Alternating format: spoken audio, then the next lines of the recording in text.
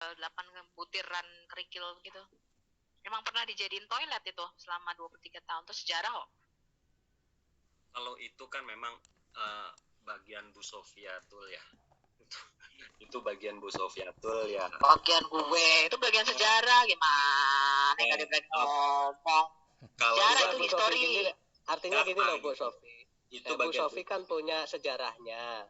Nah, ya kami melihat dari sisi yang berbeda lagi Bu. Gitu. Itu maksudnya. Bu Sofi punya sejarahnya dan itu bisa dijadikan untuk apa ya, mengedukasi mereka. Ini loh kebenaran sejarahnya gitu. Tapi saya sebagai orang yang dulunya klenik Bu ya, itu melihatnya dari sisi yang berbeda gitu. Gitu Bu. Oh, ngeliatnya gimana tuh Pak? Ya. Kalau dari dunia klenik gimana ngeliatnya? Ya itu kan tadi sudah jelaskan tuh. Tadi saya udah jelaskan barusan. Apa kekuatan batu itu? Iya, auranya negatif. Gitu. Auranya negatif. Tapi menurut aku batu tuh nggak ada kuasanya. Buktinya bisa dicolong, dihancurin berkali-kali tuh si batu hitam. Bukannya tidak ada kuasa, Bu. Kalau untuk bicara kuasa, agak sulit ya Pak Kafir, gimana ngejelasinnya? Bukan wilayah Bu Sofi kali ya. Tapi enggak gue nggak pernah berkecimpung di dunia klenik masalahnya. Bukan, ya, mungkin benar itu. Tapi bagi kita yang melihatnya, ya, bagi orang-orang, kalau menurut saya, Pak Petra dengan Pak Kafir ini memiliki paling tidak 11-12 sama saya deh. Jangan dong, nggak enak ah.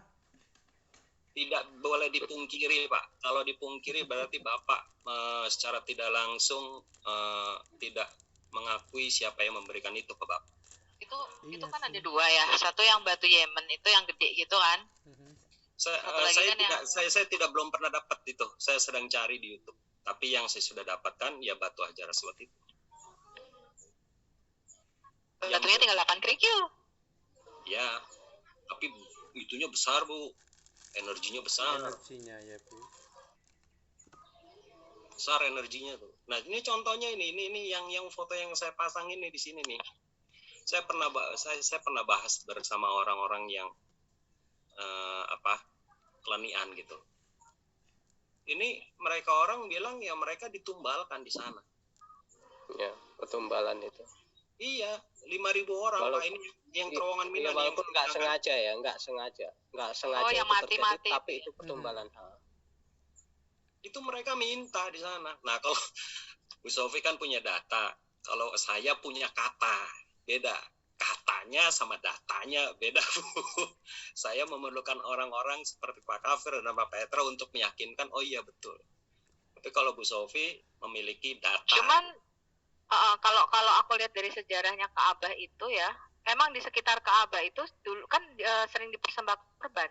Iya. Itu terbukti kok di dalam Sirah Nabawiyah juga ada. Terus aku baca dari sejarah, ya jadi mereka mengorbankan binatang-binatang itu untuk dewa-dewa itu. Makanya kan di dalam Sirah Nabawiyah kan pernah ada cerita si Abdul Muthalib mau bermimpi dia ngorbanin si Abdullah itu kan, mau dijadiin kayak tumbal kayak gitu. Emang iya, cuma mereka tapi sampai sekarang katanya kalau Idul Fitri atau apa juga mereka mengorbankan binatang-binatang itu. Bu, kalau korban binatang jangankan di sana, di Indonesia mereka juga potong sapi Bu, kerbau. Tapi ini korbannya manusia Bu. Kita nggak bisa ngomong. Tapi itu kan konotasinya darah ya, seperti itu. Betul Pak, iya. Makanya itu agak sulit kalau mau ngebongkar mereka. Iya betul. Kita harus membongkar itu dari sisi spiritualnya dulu kita bongkar, baru mereka akan paham. Selama mereka ini aja loh Pak, aku loh teratap ini. Lihat itu aja saya teratap. Iya makanya saya melarang supaya tidak timbul lagi. Gemeteran. Dulu ya Pak ya, baru satu Pak. Itu baru satu, itu yang paling kuat. Di guanya ada. Nah ini juga nih foto ini lumayan kuat ini, ya kan. Terus ada lagi kendi-kendi yang tadi foto hijau tuh yang saya pasang, terus Pak Petra bersuara gitu. Ya saya langsung ganti sama emoticon. Iya, tapi maaf di gua Hiranya itu, gua Hiranya kayaknya banyak jin itu. Ini loh Bu, Kalau Ibu Sofia paham Alkitab ya, saya pengen tanya, ada kan di Alkitab tuh tertulis roh-roh itu akan dipenjarakan di gunung-gunung gitu. Ada nggak tuh? Ada di Alkitab itu ada. Gunung-gunung yang diterjemahkan sebagai gua-gua itu bahasa aslinya adalah Tartarus. Itu bukan bicara gua semacam gua Hira, bukan. Itu bicara mengenai satu ruangan malaikat-malaikat yang jatuh di dalam dosa di Kejadian 6. Itu dipenjarakan di Tartarus, diterjemahkan di dalam bahasanya gua-gua gelap. Tapi ini kayak gunung-gunung begitu. Di gunung-gunung. Nah, salah satunya ya ini. Salah satunya yang saya bilang ini. Yang ada di picture saya ini, terowongan Mina ini salah satunya, mereka dipenjara di situ. Di Arab sana kan masih ada juga itu Pak, satu bangunan Kafir, ya. Saya kalau melihat videonya orang Arab ya, itu merasa nggak enak Pak. Saya pernah ngomong jam 2 atau pagi dengan ada, kalau nggak salah siapa ya, si Pak Kodek tuh ada tuh, Bro Kodek ada. Saya bilang sama mereka begini,